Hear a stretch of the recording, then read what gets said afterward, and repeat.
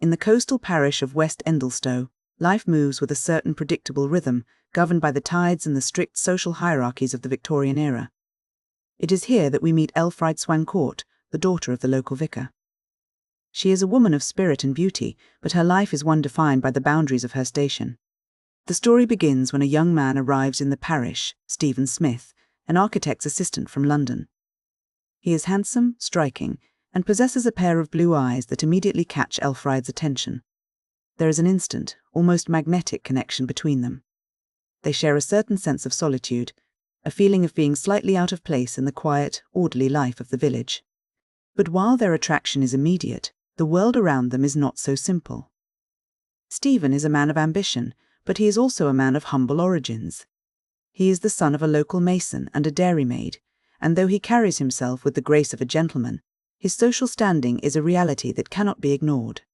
When Elfride's father, the vicar, discovers the truth of Stephen's background, he is deeply opposed to the match.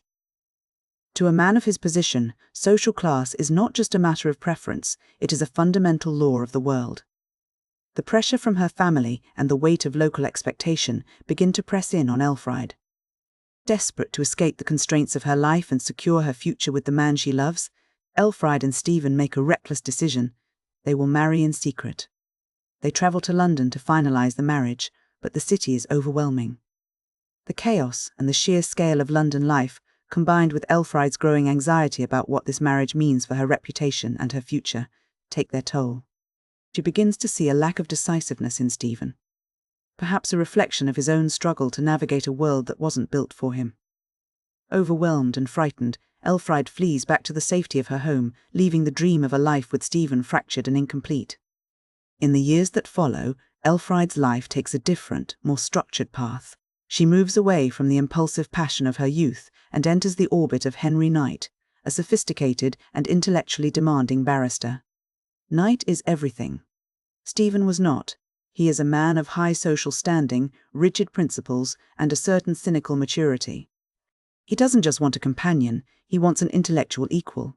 Their relationship is not built on the sudden, electric spark that Elfride felt with Stephen, but on a slow, intense sparring of minds.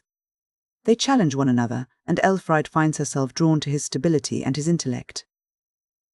This connection is deepened by a dramatic moment on a cliffside. During a walk, Henry Knight finds himself hanging over the edge of a cliff, facing a terrifying descent. In a moment of desperation and bravery, Elfride manages to rescue him. That moment of terror and rescue shifts their relationship from one of intellectual admiration to something much deeper and more romantic. However, Elfride is carrying a weight that Knight cannot know about. To maintain the image of the untried and pure woman that Knight so highly prizes, she has kept a secret. She has already lived a life that contradicts his ideals. She had previously run away with a man and lived as his wife in London. A chapter of her life she has tried to bury to protect her standing and her relationship with Knight. She believes that if he knew the truth, the pedestal he has placed her on would shatter. But in the small, interconnected world of the English countryside, secrets have a way of surfacing. A local widow, Mrs. Jethway, discovers the truth of Elfride's past. She doesn't keep it to herself. Instead, she sends a scathing letter to Knight, exposing the reality of Elfride's previous life. The fallout is devastating. For Henry Knight, the revelation isn't just about the act itself, but about the loss of the ideal.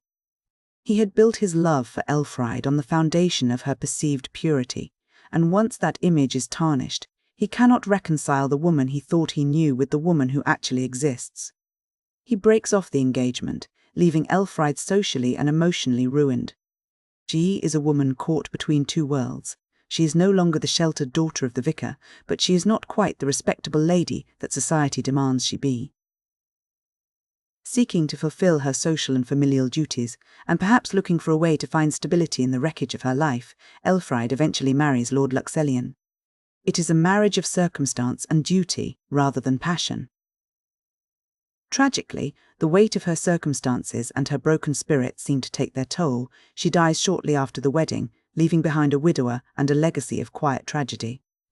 Years later, the story comes full circle in a way that feels both inevitable and profoundly hollow. Stephen Smith, who has since achieved great wealth and success in India, returns to England. In London, he encounters Henry Knight. The two men, once rivals for the heart of the same woman, realize the truth of their shared history. They find themselves drawn back to the place where it all began, to the parish of Endelstow. They travel there together, two men who have both been shaped and haunted by the memory of Elfride Swancourt. They go to find her, perhaps seeking some sense of closure or understanding, only to find that the woman they both obsessed over is gone.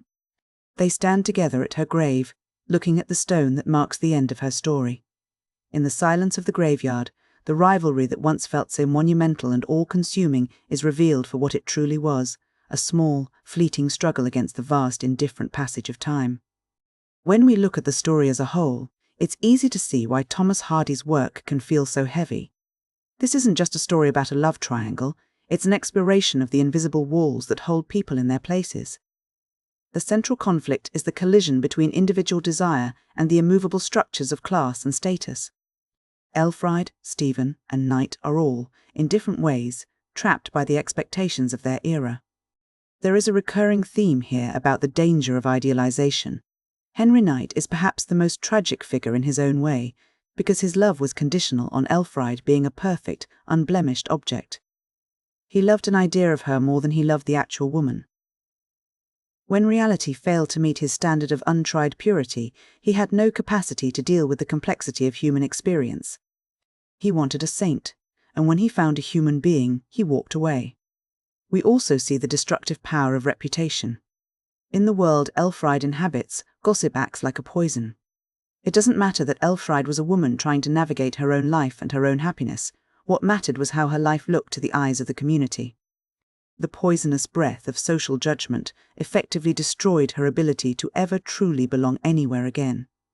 Hardy often uses the landscape to mirror the internal struggles of his characters, and in A Pair of Blue Eyes, this is particularly striking. The cliffs, the sea, and the ancient geological layers of the earth serve as a constant reminder that human passions, no matter how intense or painful they feel to those experiencing them, are tiny and transient when compared to the scale of nature. The characters fight and suffer and die, but the cliffs remain, and the tide continues to come in, indifferent to the tragedies playing out on the shore. Ultimately, the novel leaves us with a sense of the futility of much of human striving. The two men standing at the grave represent the end of the struggle. The passion that once drove Stephen to leave and Knight to demand perfection has been neutralized by death. All that is left is the silence of the tomb and the realization that the things we fight most bitterly for are often swallowed up by time, leaving nothing behind but a memory.